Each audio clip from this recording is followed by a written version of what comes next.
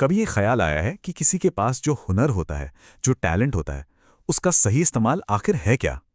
आज हम इसी गहरे सवाल पर सोच विचार करेंगे एक कहानी के जरिए। लेकिन कहानी में उतरने से पहले चलिए एक पल के लिए इस सवाल पर रोकते हैं। हमारी प्रतिभा, हमारा हुनर, इसका असली मकसद क्या है? ये सवाल सिर्फ इस कहानी का नहीं है, बल्कि शायद हम सबकी जिंदगी का एक बहुत बड़ा सवाल है। ठीक है, तो चलिए कहानी शुरू करते हैं। कल्पना कीजिए, हम सुल्तान महमूद के दौर में हैं। उसका भव्य दरबार लगा हुआ है और यहीं हमारी मुलाकात होती है उसके मशहूर दरबारी कवि सनाई से। अब ये दरबारी कवि होते कौन थे? देखिए, उस जमाने में ये एक बहुत ही प्रतिष्ठित और कह सकते हैं एक आकर्षक पेशा था। उनका काम था राजा महाराजाओं के शौर्य की, उनकी जीतों की तारीफ में कविताएं करना, गीत गाना। और बदले में क्या मिलता था? खूब सारा इनाम और सम्मान।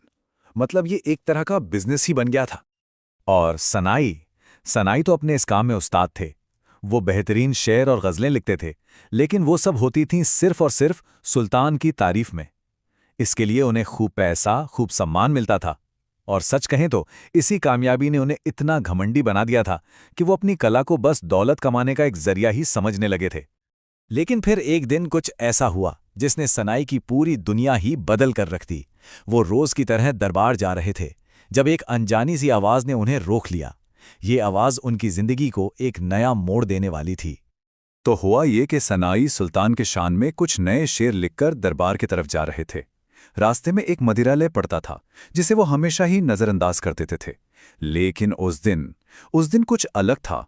अंदर से आती एक बहुत तेज, एक तीखी आवाज ने उनके कदम वही के वही रोक दिए। अंदर एक शराबी लगभग चिल्लाते हुए अपने साथी से कह रहा था, अरे ये सुल्तान महमूद तो अंधा है। और उसने अपनी बात समझाई भी।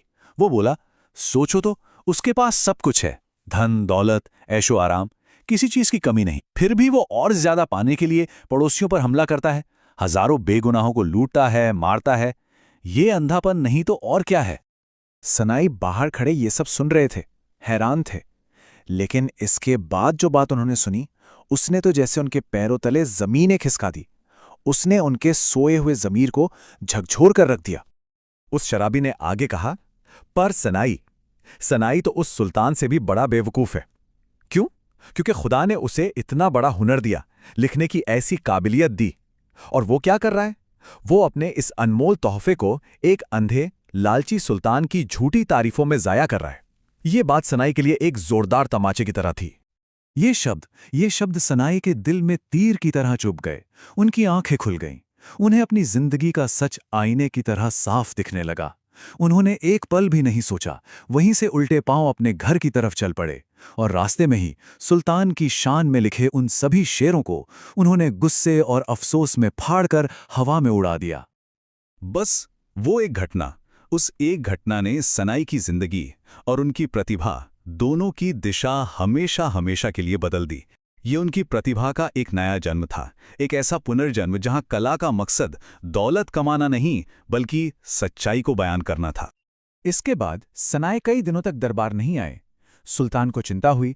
उसने अपने लोगों को खबर लेने भेजा तो पता चला कि घर तो खाली है, सनाई कहीं चले गए हैं। बहुत समय बाद खबर आई कि सनाई अब एक फकीर का भेष अपना चुके हैं और ईश्वर और इंसानियत के गीत गाते हुए घूमते हैं। तो ये जो बदलाव था, ये कितना बड़ा था। कहाँ वो एक दरबारी कवि थे और कहाँ वो एक रूहानी फकीर बन गए। पहले उनका मकसद था सुल्तान की तारीफ करना, अब मकसद था रूहानी गीत गाना। पहले इनाम में धन और सम्मान मिलता था, अब उन्हें मिल रही थी सच्ची पहचान और एक सार्थक जिंदगी। ये कोई छोटा मोटा बदलाव नहीं था, ये तो पूरी काया पलट थी। सनाई की ये कहानी हमें एक बहुत गहरे सवाल के साथ छोड़ जाती है। जरा सोचिए, अगर सनाई आज के दौर में होते तो वो अपनी लिखने की प्रतिभा का इस्तेमाल किसके लिए या किस चीज के लिए कर रहे होते? और शायद इससे भी बड़ा सवाल ये है कि हम आज के दौर में अपनी प्रतिभा का इस्तेमाल कहाँ कर रहे हैं? इस पर विचार जरूर कीजिएगा।